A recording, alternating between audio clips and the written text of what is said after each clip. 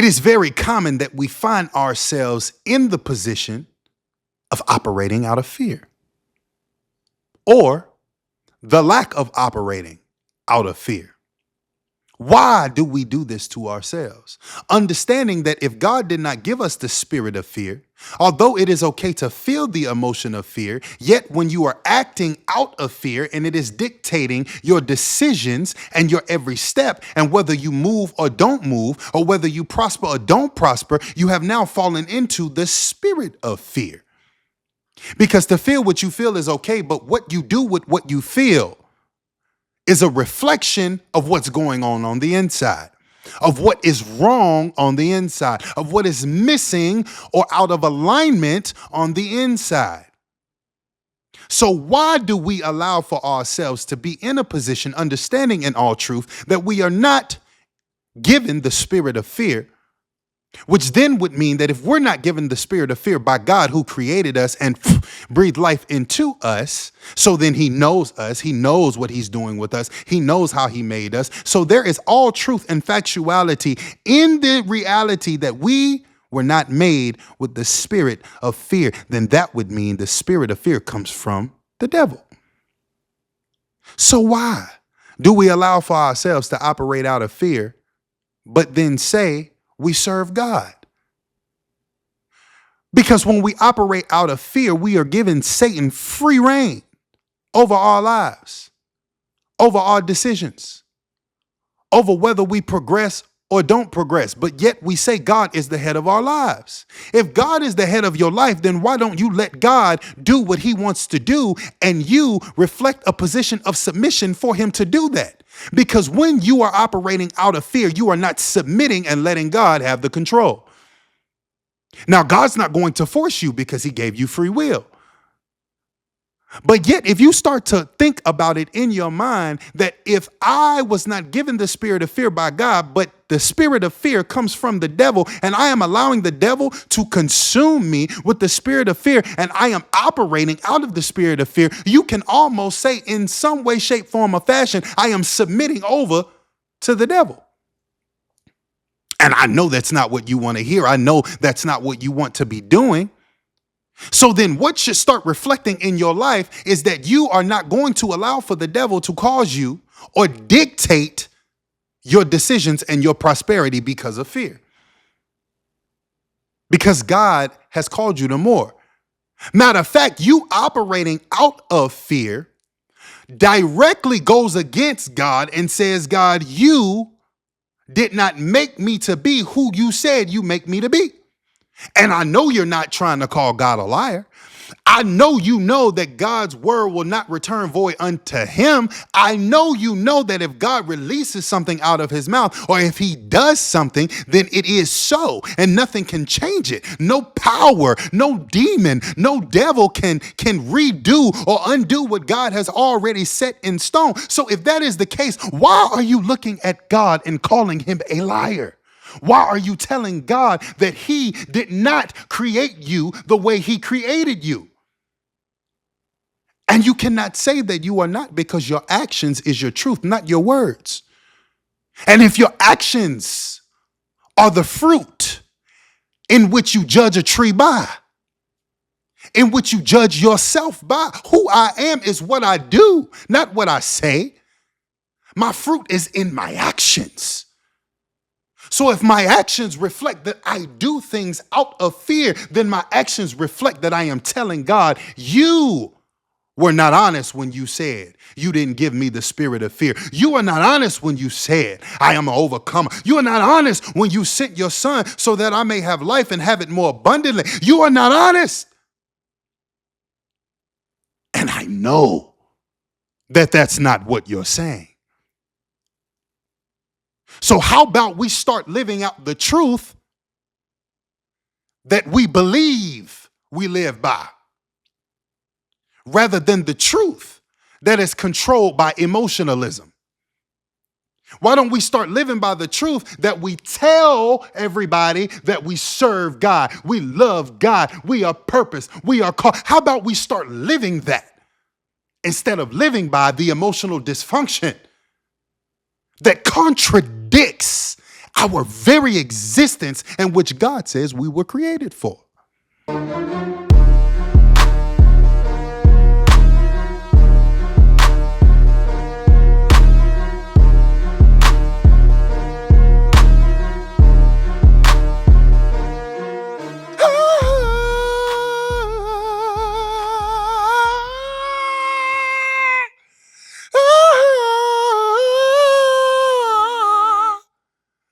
God tries to wake you up.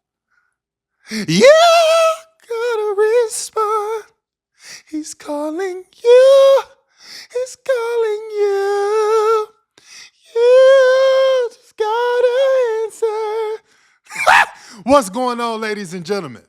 Welcome back to another episode on Fourth Quarter Pressure, where you are always the more and never the lesser. And as always, I am your host, CJ Stokely, and I am here to help you become better. I am here to help you develop. I am here to give you the tools that you need to cultivate the necessary levels of wisdom, knowledge, insight, and spirituality in order to be all that God has called for you to be, because we are 100% overcomers. We do not succumb, but we overcome. We put pressure on pressure in order to overcome pressure, because at Fourth Quarter Pressure, we realize we really are always the more and never the lesser. So I hope that your week has gone well. I hope that everything has been a blessing for you. I hope you enjoyed the weekend. I hope you were blessed by the 2 episodes from last week. And we're about to crack this thing off on another Monday, starting the week off right, getting the necessary information that we need to better ourselves, to become more efficient, to become more effective, and do exactly what it is that we have been purposed to do. So, before I go into this episode, you already know that there is one thing that I must get established. There is one thing that I must talk about. And for those of you, as I always say, who are commonly here on the Fourth Quarter Pressure podcast, watching and learning and gleaning from the wisdom and the insight and the knowledge and the nuggets that are given to you, you already know how this is about to go. But for those of you who are new, you're about to find out. You're about to find out. Glory Gear Apparel. Not the number 2, not the number 3, but the number 1, made just for who? You and me. You and me. The best clothing brand in the world, where we represent Christianity, we represent righteousness, we put on the whole armor of God, and we put on the fashion. We walk in righteousness, and we put that godly gear on. We rep God to show others this the place to be. We put on Jesus Christ, and we also play nice. Come on up in here, somebody. So go over to officialglorygear.com, because there's something for every occasion. And as I always say, there's something for righteous persuasion. And as I always say, sometimes you are the only Bible that people will ever read. So when they come in contact with you, they need to be able to see you represent the kingdom. You represent something greater than yourself. When they see that glow on you, you got to let them know.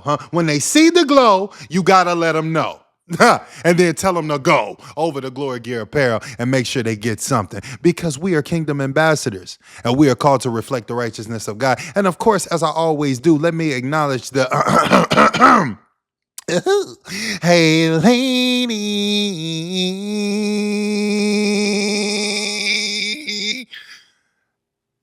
It's all for you, ladies. We got something for y'all. It's called Edgy Chick. Something separate, something special, just like y'all, because y'all set apart and y'all special. So we made something just for y'all.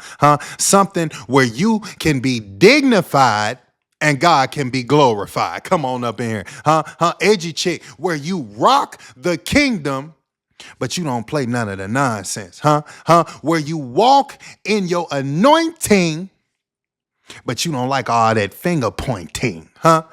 Where you live for God, but you ain't no facade, huh? Where you walk with his staff and his rod, but for your protection, you might keep a rod. Hold on. Hey, there's no relax. You know what I'm saying? Fine as wine, tough as nails. That's what Edgy Chick is all about. And there is something on the website, again, officialglorygear.com. There is something on the website that I'm sure you will love. So, if you have not, or even if you have, go over, check it out, because I think it'll bless you. And then you will be able to clunk the tea. Yeah. So let's go straight into it.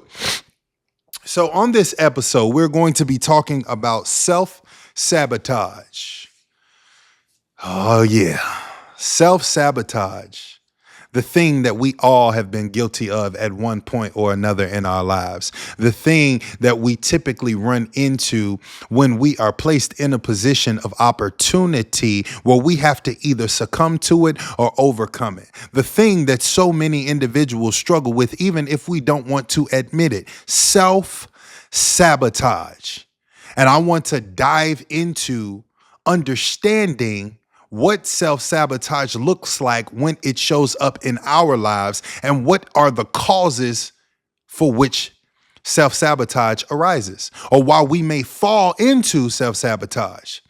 So let's go straight into it. So the first thing I want you to understand is that you are talented. You are smart enough. You are beautiful enough. You are good enough. You are lovable enough. You are charismatic enough. You are confident enough. And you are even anointed enough to put yourself in the right position of qualification to be met with an opportunity, to be met with an open door, to be met with a relationship or a promotion. But you can never rise to the occasion of conquering and keeping what comes when man meets the moment. And when I say man, I mean humanity. So when you think about self-sabotage, this is the position that you are in, where you are anointed, you are appointed, you are called, and you have met the qualification to be met with the opportunity. You have been met with the ability to have access to the promotion. You are met with the relationship, something you've been praying over, something you've been asking God for, something you've been seeking out and you've cried over. You've been longing for it. You've been grinding for it. You've been working on yourself, trying to develop and cultivate the necessary things that you need in order to qualify for that next level. And yet you come to the door of this next level and it is open to you. And when humanity meets the moment, you are not able to rise to the occasion of conquering it. Let's keep going. What qualifies you for the opportunity will not be what adjudicates the conquering and keeping of what's next, of what's inside the open door. So what qualifies you to have the opportunity? What qualifies you to have the relationship? What qualifies you for the promotion? What qualifies you for the access is not what you are going to have to need in order to conquer what is inside of that door, to conquer what is on that next level. It is going to take more. It is going to take something different. Do not allow for yourself to sit back and think that because I have arrived, there is nothing else that I need to do. Because I qualified for the access means that I qualify for the sustainability. The sustainability is not predicated on past things. Are you following what I'm saying? The sustainability is predicated off of the right now in today. What do I do today? In football, we have a term. It's what have you done for me lately? In order to sustain in relationships, in order to sustain in that open door, in order to sustain on certain levels of elevation that you have qualified to have access to, you are going to have to show yourself approved. And how do you do that? You take on the mindset of, what have I done lately? What am I doing today? How am I showing up? Showing that I am still being qualified for what I am walking in my current day and time. Not reflecting, having arrogance, saying that I'm here, I made it, I'm good enough, I ain't got nothing to worry about. Don't get comfortable with what qualified you when there is new qualifications that need your attention. Are you following what I'm saying? Let's keep going. So contrary to the narrative that you have to keep doing what got you the opportunity, what got you the relationship, what got you the promotion, what got you the open door, you cannot, and this is contrary to that, you cannot preconceive actions from past experiences and depend on them for the success of what you have not seen. You cannot have preconceived actions. You cannot already have in your mind that everything that you have done to qualify is going to be exactly what you need to do in order to be able to have peace and success and prosperity at the level that you are now elevating to, in the relationship that you are now operating in, at the opportunity that you have not been given. You have to take out of your mind this false narrative that society has created, that as long as I keep on treating this individual that I'm in this relationship with the way that I did when I wanted them super bad, then there's no way they're ever going to leave me. People are always changing. Things are always changing. Time is always moving. So there is this revolving door that is continuous in our lives. And through this revolving door comes change, comes transformation, comes the difference of different dynamics that go on within each individual. And you have to be wise enough to understand that who you were when you met that person is not who you're going to be while you're with them. And who they are is not going to be the same person as who they were when you met them. So you have to always be being and doing who you need to be and what you need to do for what is valuable in your current day and time, what is effective in your current day and time of that relationship.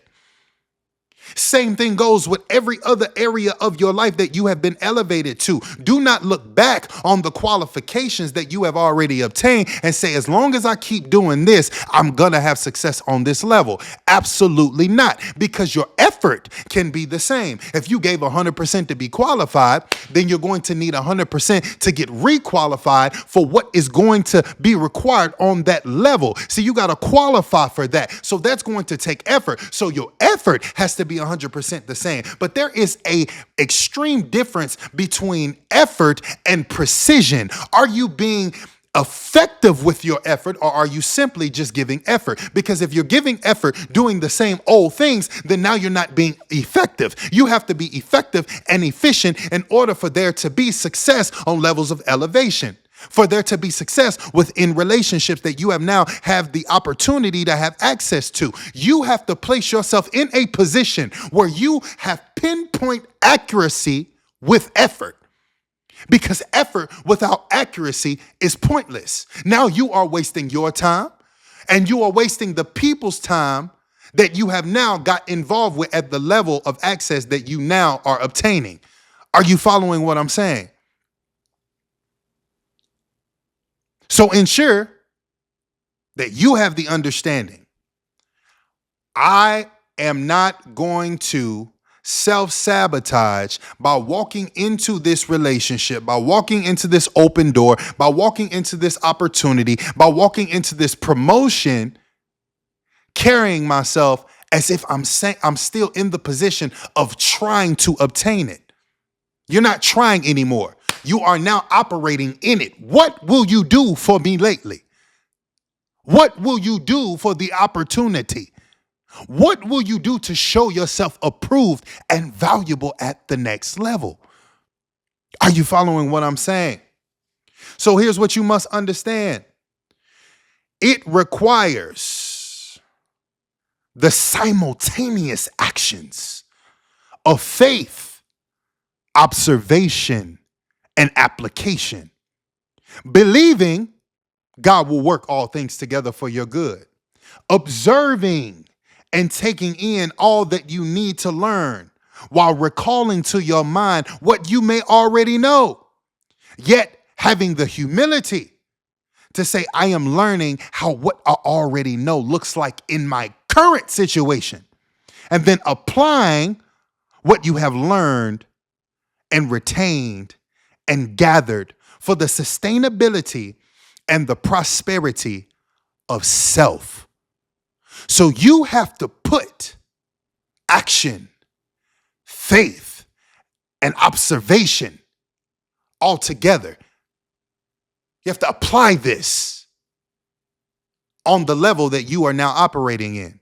You have to apply what you are gathering and learning. You have to have enough humility to say, I know I don't know all the answers, so let me be wise enough to start learning and observing and gathering information while also staying in the position of saying, I have faith for the unseen. I know that God got my back even for the things that I don't know. So I don't have a reason to self-sabotage because I have faith that all things, regardless of if I make a mistake, regardless of if things go opposite of what I desire, regardless of how I may think of things in my mind or how the devil tries to play with my emotions and play with my mind, I can put my faith, the substance of things hoped for, the evidence of things not yet seen. I could put my faith, the foundation in which we build our hope. I can put my faith in God and say, regardless of anything else, I trust that the outcome is going to be good for me, even if I don't understand what good for me may look like based on how God views it.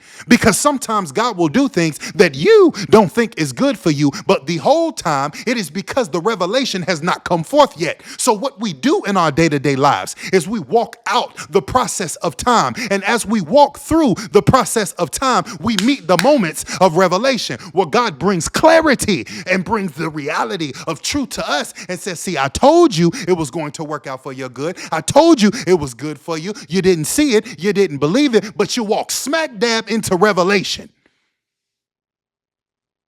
So you have to ensure that as you are operating on these levels that you now are having access to within the confines of these relationships, while you're operating on the job or in the different areas of your life where you have been promoted, you have to ensure you're moving off of faith and off of application and off of observation, so that you can be successful and effective and you do not fall into self-sabotage.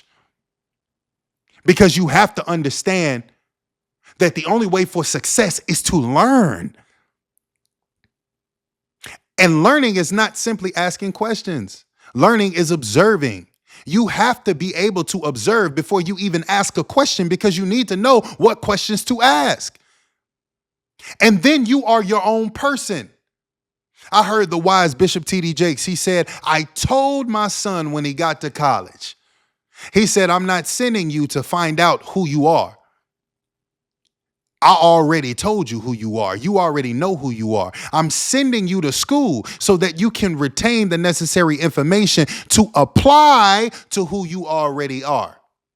And in this same sense, what we have to do is put ourselves in a position where we take on that type of mentality. We are observing to be able to apply the things that we are learning, not to rename ourselves, but to add to our identity, so that within the confines of the levels that we are on and within the relationships we are in and within the levels of access and promotion that we now obtain, we can have a sense of fluidity of peace and prosperity. Are you following what I'm saying?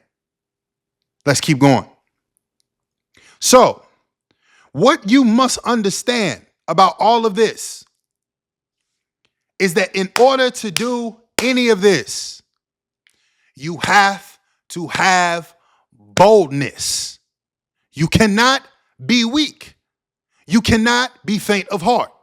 You have to have boldness. You have to have confidence. You have to have the ability to access your spiritual bag, reach down into it, ensuring that it has the necessary level of depth that you need to reach down into, and pull from your source of power in order for you to apply your boldness. Because without boldness, you cannot do this. You cannot avoid self-sabotage without boldness. You cannot avoid self-sabotage without confidence. You need to know who you are, take pride in who you are, and start acting out of the power you know you possess. Are you following what I'm saying? Now watch this. What causes self-sabotage? The first thing that causes self-sabotage is fear. Now, we understand as believers that God did not give us the spirit of fear, but of power and of love and of a sound mind. Yet, in the midst of us having this understanding, it is very common that we find ourselves in the position of operating out of fear, or the lack of operating out of fear. Why do we do this to ourselves? Understanding that if God did not give us the spirit of fear, although it is okay to feel the emotion of fear, yet when you are acting out of fear and it is dictating your decisions and your every step, and whether you move or don't move, or whether you prosper or don't prosper, you have now fallen into the spirit of fear. Because to feel what you feel is okay, but what you do with what you feel is a reflection of what's going on the inside, of what is wrong on the inside, of what is missing or out of alignment on the inside. So why do we allow for ourselves to be in a position, understanding in all truth, that we are not given the spirit of fear? Which then would mean that if we're not given the spirit of fear by God, who created us and breathed life into us, so then he knows us, he knows what he's doing with us, he knows how he made us. So there is all truth and factuality in the reality that we were not made with the spirit of fear. Then that would mean the spirit of fear comes from the devil. So why do we allow for ourselves to operate out of fear, but then say we serve God? Because when we operate out of fear, we are giving Satan free reign over our lives, over our decisions, over whether we progress or don't progress. But yet we say God is the head of our lives. If God is the head of your life, then why don't you let God do what he wants to do, and you reflect a position of submission for him to do that? Because when you are operating out of fear, you are not submitting and letting God have the control. Now, God's not going to force you because he gave you free will. But yet, if you start to think about it in your mind, that if I was not given the spirit of fear by God, but the spirit of fear comes from the devil, and I am allowing the devil to consume me with the spirit of fear, and I am operating out of the spirit of fear, you can almost say in some way, shape, form, or fashion, I am submitting over to the devil. And I know that's not what you want to hear. I know that's not what you want to be doing. So then what should start reflecting in your life is that you are not going to allow for the devil to cause you or dictate your decisions and your prosperity because of fear. Because God has called you to more. Matter of fact, you operating out of fear directly goes against God and says, God, you did not make me to be who you said you make me to be. And I know you're not trying to call God a liar. I know you know that God's word will not return void unto him. I know you know that if God releases something out of his mouth, or if he does something, then it is so, and nothing can change it. No power, no demon, no devil can redo or undo what God has already set in stone. So if that is the case, why are you looking at God and calling him a liar? Why are you telling God that he did not create you the way he created you? And you cannot say that you are not, because your actions is your truth, not your words. And if your actions are the fruit in which you judge a tree by, in which you judge yourself by, who I am is what I do, not what I say. My fruit is in my actions. So if my actions reflect that I do things out of fear, then my actions reflect that I am telling God, you were not honest when you said you didn't give me the spirit of fear. You are not honest when you said I am an overcomer. You are not honest when you sent your son so that I may have life and have it more abundantly. You are not honest. And I know that that's not what you're saying. So how about we start living out the truth that we believe we live by, rather than the truth that is controlled by emotionalism? Why don't we start living by the truth that we tell everybody that we serve God, we love God, we are purpose, we are called? How about we start living that instead of living by the emotional dysfunction that contradicts our very existence and which God says we were created for? Don't sabotage yourself because of fear. And this is the fear of the unknown outcome. Where is your faith? Why does the unknown outcome cause for you to be in a position of fear? How many times have you not known the outcome in your life? And why is it that when you don't know the outcome, it becomes situational when you have fear? How many times can you sit back and reflect over your life and say, there have been a many a times where I did not know the outcome, but I wasn't afraid? And yet you pick and choose based off how the situation makes you feel on when you are going to be fearful or not. Something is wrong. Something is missing. You have to get more consistency in your life. When a situation that is presented before you doesn't seem very scary, and yet it is unseen, it is unknown, you don't know what's going to happen, you still walk with the confidence and authority that you know God gave you. But the moment something shows up that intimidates you a little bit, the moment you get uncomfortable, the moment that there are questions that you want the answers to, and yet you don't have those answers, you begin to start acting. Your actions start to show that you think that you are something different than what you really are.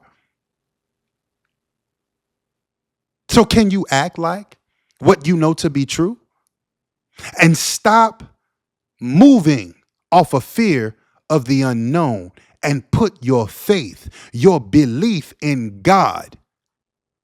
Because even when you recall to your mind the many of situations where you were afraid, how is it that you are here if you had something to fear? How is it that you are here if you had something to be afraid of? If there was real danger, not something that's going to hurt your feelings, not something that's going to make you uncomfortable, not something that may cause you to be stressed or may cause you to be anxious. Why are you here if it was something that could destroy you? You got to start giving yourself more credit than what you give yourself. First is the fear of the unknown, because it might kill me, it might destroy me. But then, even when you think back over your life, now comes the fear of not wanting to feel anxiety, not wanting to feel stress, not wanting to be crying or in pain or upset or worried about depression. Now comes the fear of that. So each and every way you look, it's fear, it's fear, it's fear. But when do you take control and say, I am still here, regardless of those situations, regardless of feeling that pain, regardless of crying those tears, regardless of not being destroyed even when I thought I was, regardless of all of these different things, I'm still here. So that means even though it's uncomfortable to feel the pain, even though it's uncomfortable to deal with the stress and the anxiety and the pressure and cry the tears, you're okay. Stop having fear about things that didn't leave you in a position where you weren't able to stand. Because even when you had fallen before, God picked you up and you're standing. So give yourself and God more credit and stop moving out of fear. What else? The fear created by past trauma. Stop being afraid because something looks like something that you went through before. You have no idea how things are going to turn out in your new. Just because something looks like something from the past does not mean it's that thing. And if you walk by faith and not by sight, and you walk with God, it doesn't matter even if it is the same thing. It cannot do anything to you because you walk with God. And if that is the case, then that genuinely means, regardless of if it's the same situation, all things work together for the good of those who love God and are called according to his purpose. And let me remind you, you love God. Let me remind you, you are called according to his purpose. Therefore, it has no choice but to work together. So if that is the reality, there is no reason for you to move out of fear. And then also have the understanding that in all reality, you will never know if it's any different unless you give it a chance, unless you walk into the opportunity with faith. Stop walking forward looking backwards. Stop moving into positions looking backwards. Your past is your past. Your pain is your pain. Your hurt is your hurt. And yet you are here. So that means there was an end to it. And when there is an end to negative things, that means there is a beginning to an opportunity. And whether or not you take advantage of this opportunity will be predicated off of if you have the ability to distance yourself within your mind, turn your head, focus your vision forward, forgetting those things that are behind you, and move with effectiveness, move with efficiency, move with faith, consuming your heart and your mind, so that the actions that are produced from you can be conducive for the position you are standing in. Are you following what I'm saying? Focusing on the trauma and the pain of your past does nothing beneficial for your purpose and your future and your present. So just because you went through what you went through does not give you a license to have fear to the point where it is dictating your actions, your thought processes, and your decisions in what you are currently in. Because where there is fear, it must be replaced with faith. What else?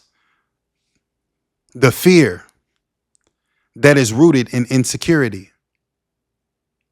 Whenever you have insecurity,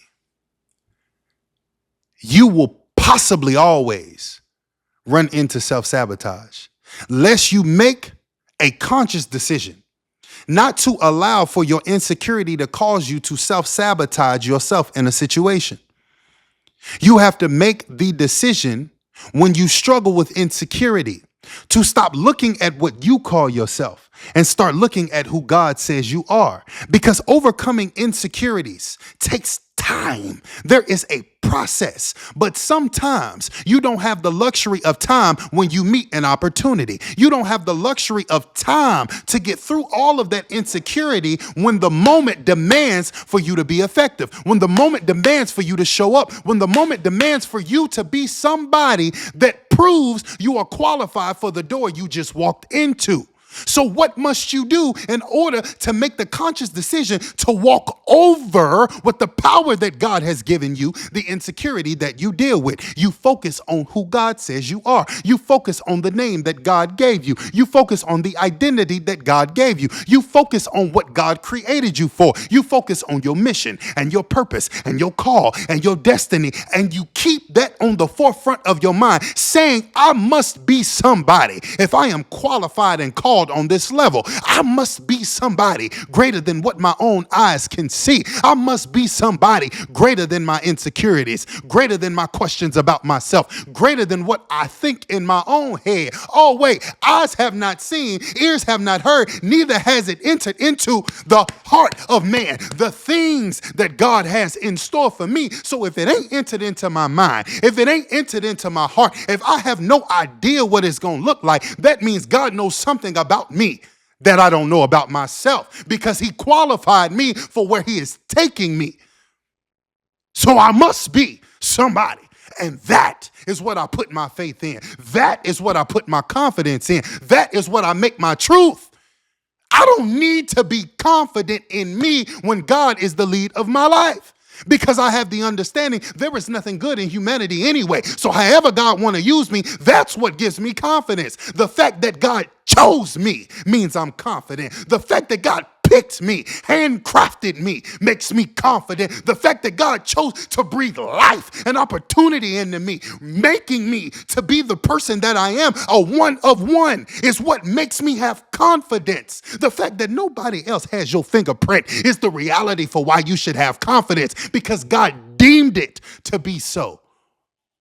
And that is what allows for me to overcome my insecurity. Are you following what I'm saying? Let's keep going. What else? The fear that creates disbelief that you can actually have what you're going after.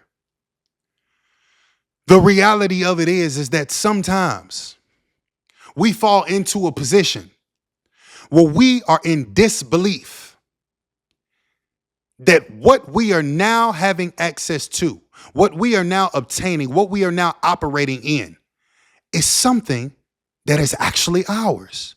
As crazy as it sounds, you can look around and see the proof.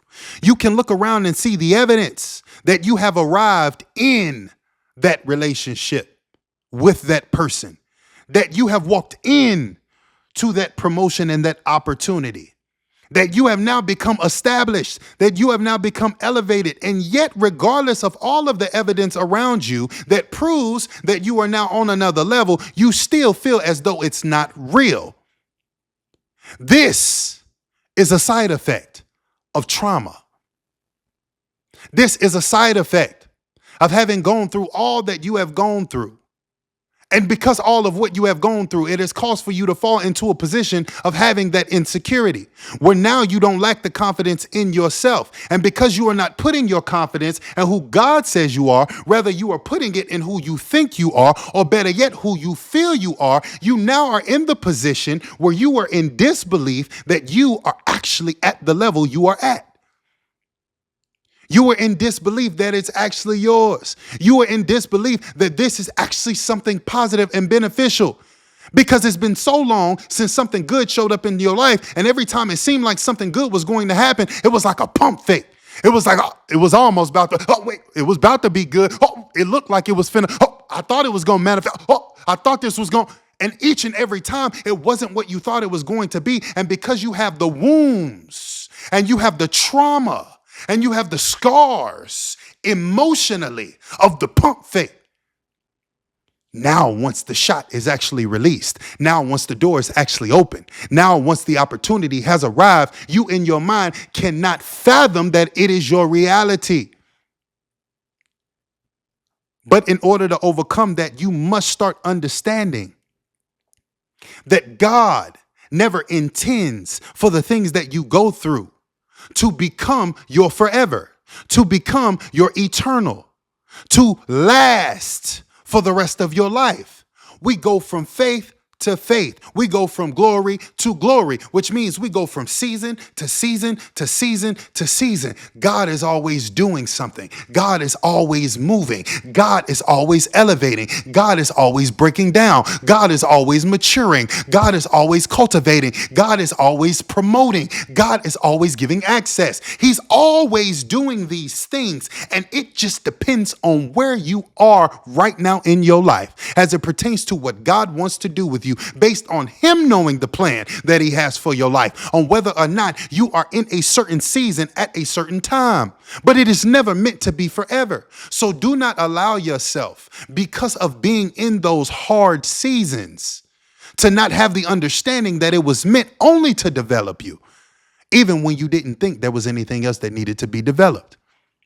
So now when you walk into the door of having opportunity and having access, you must allow for yourself to be confident in who he says you are and to understand that you have actually made it. You have actually arrived. So act like it. Have confidence in it. Believe it. Trust it. Because you are here. Don't lose it. Don't squander it. Don't mess it up. Don't self-sabotage, because you're not in belief that it's real, because it is. Are you following what I'm saying? Let's keep going. What else? This is also one of the causes of self-sabotage. It is the fight that you have. It is possible to have too much fight. It is possible to have been fighting for so long that you don't even know when you have won. You don't even know. You've been fighting different stages, different phases, putting your hands up, playing offense, swinging, playing defense, defending yourself, to the point where all you know is fight. And having fight is good. But having fight is not meant to be repetitive each and every day of your life. Every season is not meant for you to fight. And you have to know when to put your hands down. I cannot submit with my hands up. I cannot sacrifice with my hands up. All I can do with my hands up is fight and defend. All I can do is swing and defend. And not everybody is attacking you. Not every situation is a situation that deems for you to defend yourself, because you will be defending yourself at a time when you should be learning. And it will cause for you to be in a position of self-sabotage, and you will squander the opportunity, and you will turn back at God, asking him for another opportunity or asking him why it didn't go right. And then you will have to go through the cultivation process of going through hardships, of going through pain, of going through suffering, of going through whatever you need to go through that gets you to the level of understanding that it was not the situation itself. It was you being too defensive. My mama used to tell me all the time. She used to say, boy, you better learn before God have to teach you. And these are my same sentiments to you. You have to learn so that you don't have to go through the things that God will allow for you to go through in order for him to get you to where you need to be. You got to start listening, observing, learning, putting your guard down. Put your hands down. Stop fighting all the time. Stop defending yourself all the time. Stop trying to block everything, because everything is not a punch. Sometimes constructive criticism Sometimes wisdom and insight and knowledge. Sometimes accountability feels like a jab, but it's not a jab. It is information you should be retaining. And if you stop blocking your face, if you stop guarding yourself, if you stop trying to be prepared to swing back and you put your hands down and you submit and you listen, then it would allow for you to elevate to the person that you need to be so you can be successful right where you are. But if you always ready, ready to throw the jab, ready to defend, ready to block, ready to move, then you will find yourself in a position where you have sabotaged everything that God has just given you. And you will turn around and you will convince yourself that it wasn't God. Don't say something isn't God because you messed it up. Don't say if it was God, it will work out. Are you crazy? Are you crazy? You got to be wiser than that. God gives the blessing, but you are responsible for the stewardship. God is not going to give you something great and steward it for you. You have to show yourself worthy. You have to prove that you can handle it. You got the opportunity to show up in every situation that you walk into or that you come in contact to or come in contact with, that gives you the opportunity to be successful, that gives you the opportunity to elevate, and you got to walk into it being a good steward, doing what is right. But don't blame God for where you failed. Thank God that his grace makes up the failure. And when the time is ready, you will have your next opportunity. But don't sit up and blame God because you couldn't stop fighting and you ran into self-sabotage. What else? What you need to understand about always fighting, about how fight can cause for you to run into self-sabotage, is the wounds and the bruises you've taken will put you on defense. The different things you have endured has hardened you. It has hardened your heart. It has caused for you to be afraid of being vulnerable.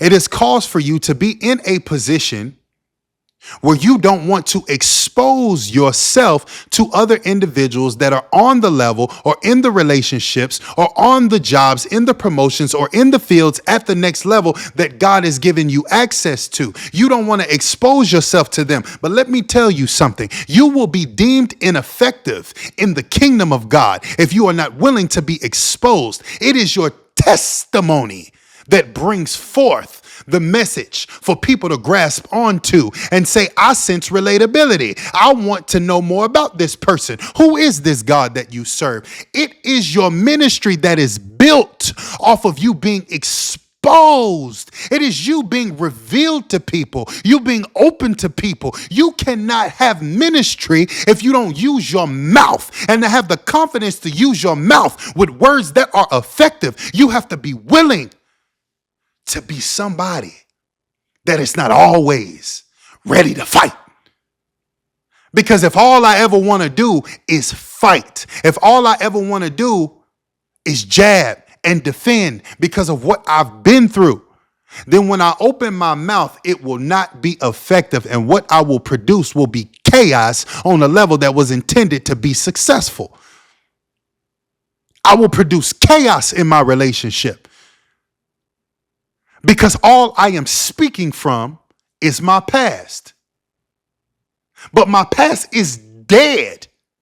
And if my words contain life and death, and I'm speaking on what's dead, then I'm speaking death out of my mouth. Instead of speaking life life being the birth of something. I am speaking the birth of a new thing. I am speaking success. I am speaking on a level that is conducive to where I am at, what I am in, where I am in my present day and time. I am not speaking the old because the old is dead to me. So when I forget about those things that were in my past, it is dead, it is gone. So why am I still speaking from a place of dead things? Why am I still speaking from a place while I am living, while I am breathing, while I am chasing prosperity, while I am chasing success, while I am supposed to be focused on my purpose, and my purpose is alive and it is well.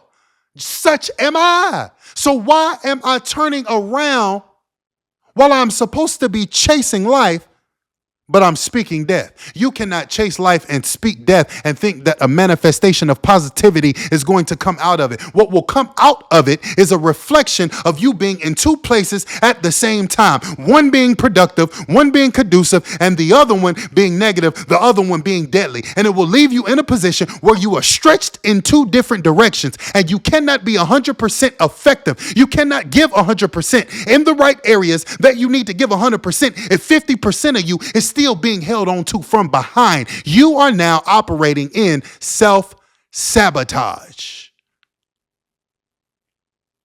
So you must let go of the dead thing.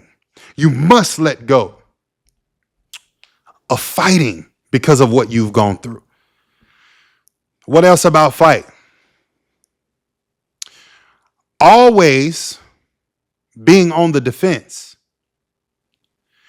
will create the inability for you to learn. Who can talk to you when you always defensive?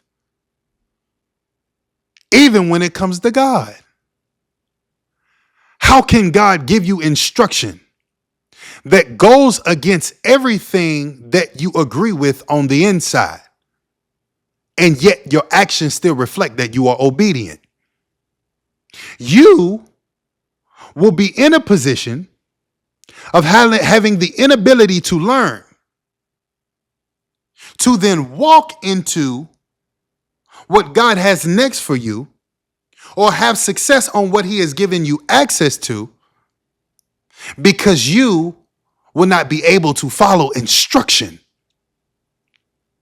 And if what you have done before that qualified you for the next level, it's not what's going to be necessary for you to have sustainability at this next level, or in this next relationship, or on this next job with this promotion, or in the door that has been opened for you, then that means you have to be in the position where you allow yourself to be taught. You allow for yourself to learn, where you allow yourself to take in the necessary things you need to take in so that you can stay where you are. Because the more you learn, it will not only change your actions, but it will change your perspective. It will change your viewpoint. It will shift your confidence. It will shift your belief in yourself. It's just like taking a test. The more information that I have studied, that I have learned, that I am aware of, the more confident I am operating in the classroom when it's time to take the exam. It's the same thing in your life.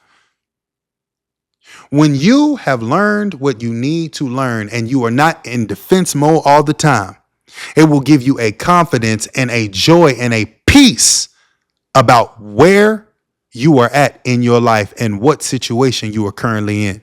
Are you following what I'm saying? Let's keep going. It's the last thing. What will cause for you to be in a position of self-sabotage? Your feelings. Now, I know a lot of people don't want to talk about this. I know a lot of people don't want to deal with this, but we all know that it's the truth. How many people can say, I have sabotaged multiple opportunities because of my feelings? And then what happens is the inability to handle the accountability for the fact that you sabotaged yourself out of a situation, out of a promotion, out of a season of elevation, Because you did that to yourself, what will happen is you won't be able to handle the emotions that come with the reality that you did that to yourself. So then you will get defensive against your own feelings about your own actions. And it will cause for you to go into a position where you say, yep, I sure did. I don't care.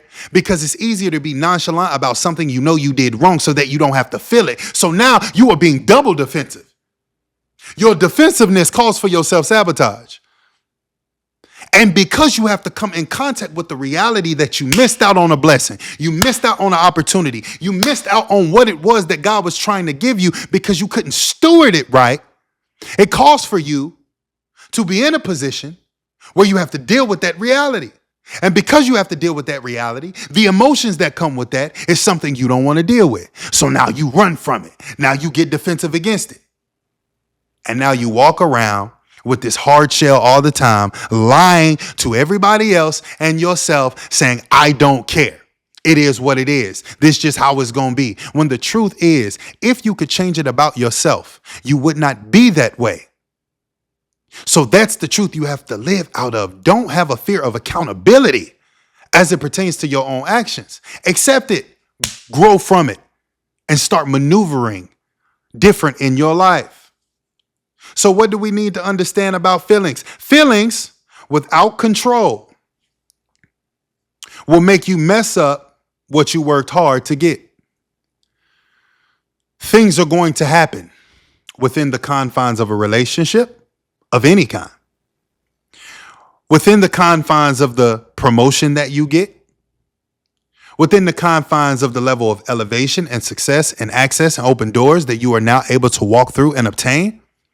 There are going to be things that are going to go wrong. There are going to be things that test you. There are going to be things that upset you. There are going to be things that challenge you because they are uncomfortable. Even you having to develop into more of who you're supposed to be or transform who you are into who you're supposed to be for where you are now positioned for the blessing that God has given you.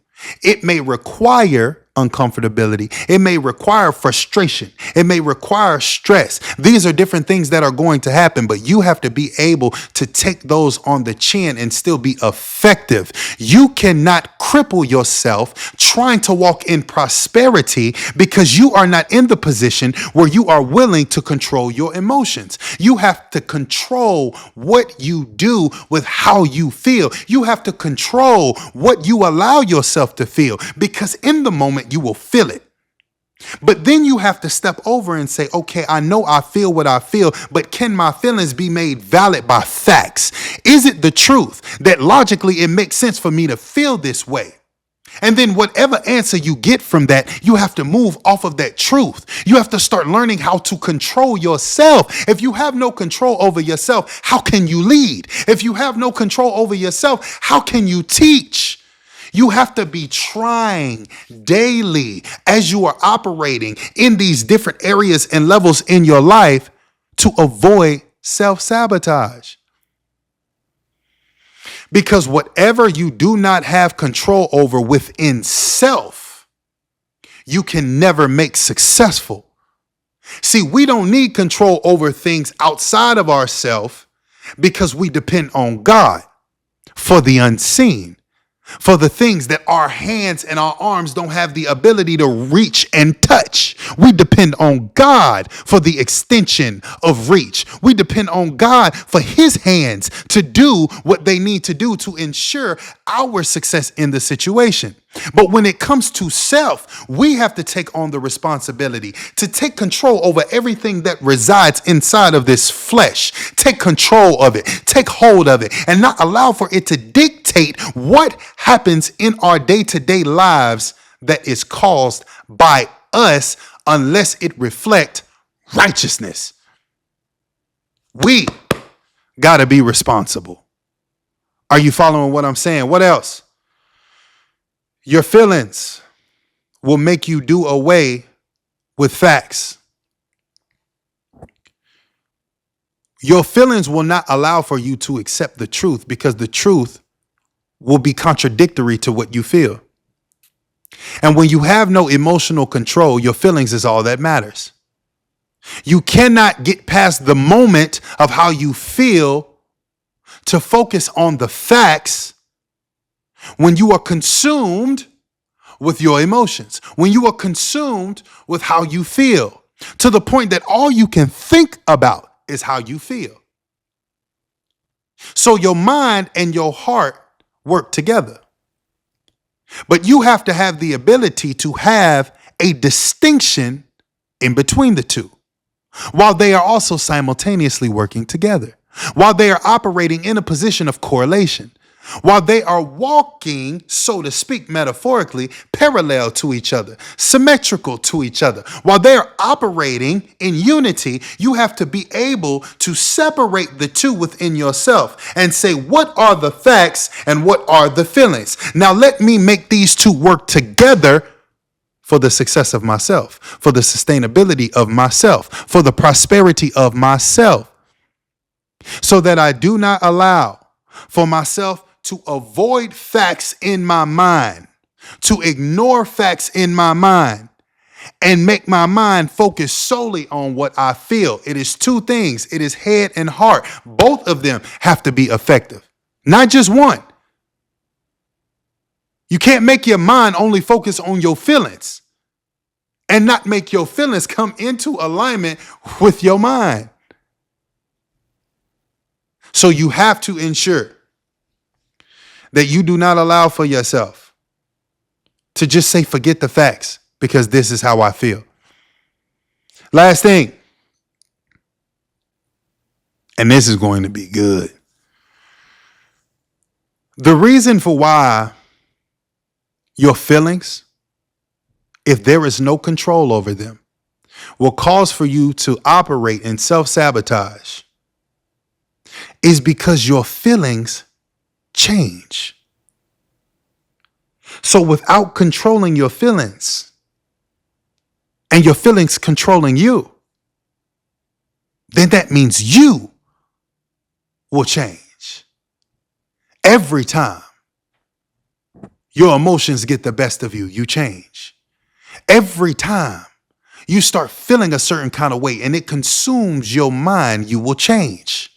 This is a reflection of inconsistency. This is a reflection of not being dependable. This is a reflection that makes you a risk to success. There are individuals who God will place in your life who are here to help support you, who are here to try to get you to the next level, who are here to help elevate you, to help you become a leader, to help you operate with fluidity and success on the level that God has placed you on, who are here to partner with you in relationships and bring you to your destiny and to your purpose, to assist you on your path to what God has called you to. But if you cannot get out of the position where you do not allow for your emotions to control you, then you will stay in a place where you cannot be trusted, because everything you do will be predicated off of how you feel, and you will say one thing and you will do another. You will act one way and then you will act another, and nobody can ever get a gauge on you. And when people, let me tell you this so you understand, when people cannot get a pattern on you, when people cannot predict your move, when people cannot look at you and say, I am confident this is what they are going to do next because of what they have done in their past, they will not trust you. They will not walk with you. They will not partner with you. They will not depend on you. They will not help you become successful and prosper. As ridiculous as it is for us as human beings to think that we can determine somebody's next move by what they did in the past, that's the reality that we deal with. That is the reality of what individuals determine whether they're going to trust you or not out of. That is what determines in so many days and times in our lives whether someone gives you access, whether someone gives you a promotion, whether someone partners with you, whether someone helps you to be successful. Is all based off, can they look at you and say, this is this person's history, so now I can determine what their future is going to be. And it is asinine. It is absolutely ridiculous. Because I cannot determine who you're going to be tomorrow because of who you were yesterday. It makes no sense. But it is the reality. And since it is the reality, you have to adjust. You have to figure out a way to be effective with the day and time you live in. So you must ensure you have the emotional control that is necessary to not change with your feelings, but to be consistent because you care about the effectiveness of self. You care about your prosperity. You care about your success. You care about your sustainability for the level and the relationships and the promotions and the open doors that God has given you access to. Are you following what I'm saying? So that's all for this episode. I hope that it blessed you. I pray that you got wisdom, insight, knowledge, nuggets, all of that to add to your arsenal of weapons for the betterment of your life. We're in this together. We got to keep pushing. We got to keep moving forward. We got to keep being who God has called us to be because we are the called. We are the anointed. We are the appointed, and we are great. So we don't succumb. We don't back down. We get the tools that we need. We build ourselves up, walking in a relationship with God, and we overcome every situation that we face. So as we always end this, you already know, you are always the more and never the lesser. And we, you and me, we are fourth quarter pressure. God bless you. I'll see you next time. 4QP family. This is a call to action. I need for you all who are blessed, who are impacted, who get motivation, inspiration, knowledge, and wisdom from this movement. I need for you to step up to the plate and show support. I need for you to donate so that I can keep doing what it is that you enjoy me doing, what it is that God called me to do for you. But this has to be a community. I cannot do this all alone.